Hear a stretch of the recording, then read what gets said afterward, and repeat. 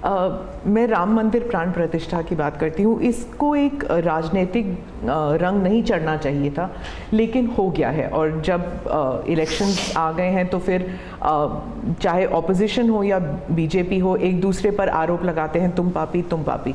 कांग्रेस कहती है कि इसका राजनीतिकरण बीजेपी ने किया इसलिए वो पापी है।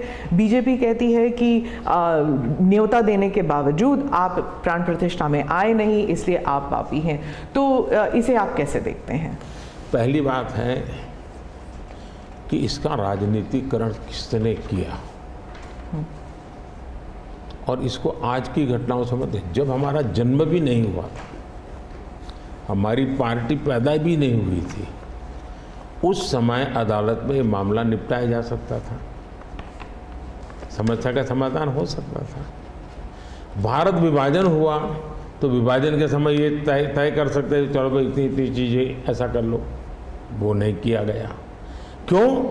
कि एक ऐसा हथियार हाथ में है जो हथियार वोट बैंक पॉलिटिक्स के लिए मजबूती का एक दांव है, इसलिए उसको पकड़ के रखा गया और बार बार उसको भड़काया गया।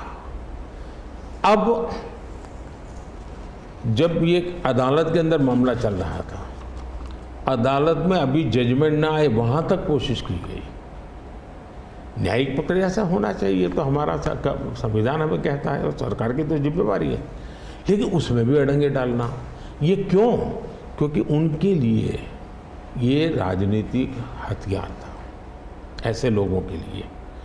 और देखिए राम मंदिर का, ऐसे लोग हैं राम मंदिर कर रहे हैं, तुम्हें मार देंगे, ऐसा करके वोट बैंक बनाने का एक तरीका था। अब हुआ क्या, राम मंदिर बन गया तो उनके हाथ से वो मुद्दा ही चला गया। अब वो किसी को डरा नहीं पा रहे हैं, राम मंदिर आ जाएगा, आ गया, कुछ नहीं हुआ, आग नहीं लगी कोई। दूसरा, इनकी प्रकृति, आप सोमनाथ मंदिर से लेकर के अब तक की घटनाएं देखिए, वे भारत की मूलभूत आस्थाएं, भारत का मूलभूत जो पिंड है, उसके प्रति नेगेटिविटी लेकर के ही देश में वो अपनी बात है। अब सोमनाथ मंदिर को क्या प्रॉब्लम था? सरदार पटेल थे, डॉक्टर राजेंद्र बाबू को जाना था, वहाँ तो न जनसंघ था, न भाजपा था, न आरएसएस थी, न कोई लड़ाई थी, लेकिन उन्होंने मना कर दिया जाने। वो जो नेहरू जी की जो चिट्ठी थी, हाँ, जो भी है। अब ये और वो परंपरा आज भी चल रही है कि प्राण प्रतिष्ठा का निमंत्रण मिले और आप उसको ठुकरा दें।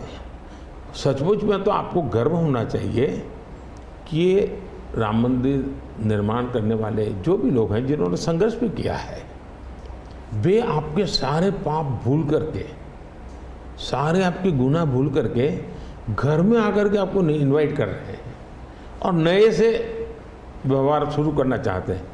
आप उसको भी उस पुराने मिजाज से ठुकरा दे, तब लगता है कि आपके लिए वोट बैंक एक बहुत बड़ी आपकी मजबूरी है, और उस वोट बैंक के चलते इस प्रकार की चीज़ें होती रहती।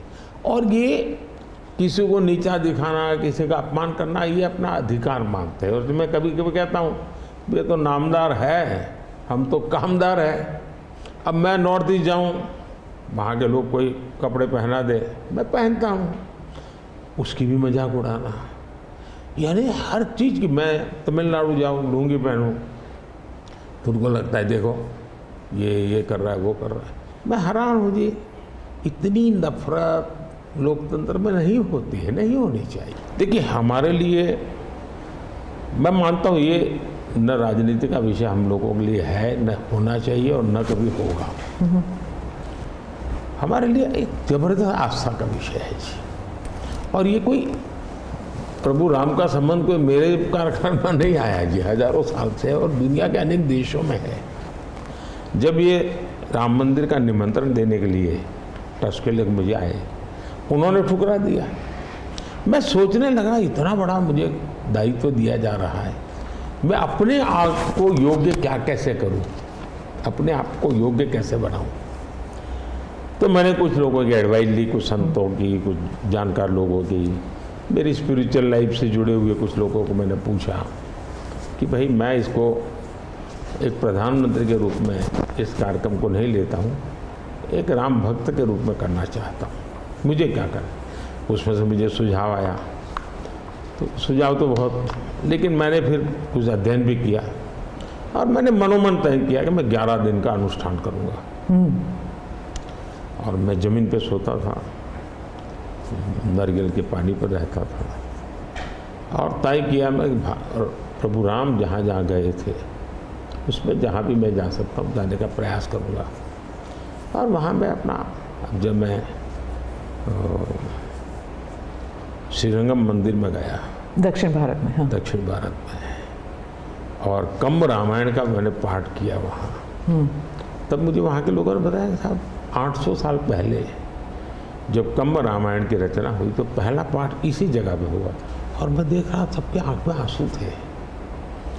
ये जो मैंने अनुभूति की है साउथ में खास करके, यहाँ बैठे हुए लोगों को अंदाज नहीं आएगा जी कि क्या भक्ति है, क्या आस्था है और कितनी पवित्रता है उसमें।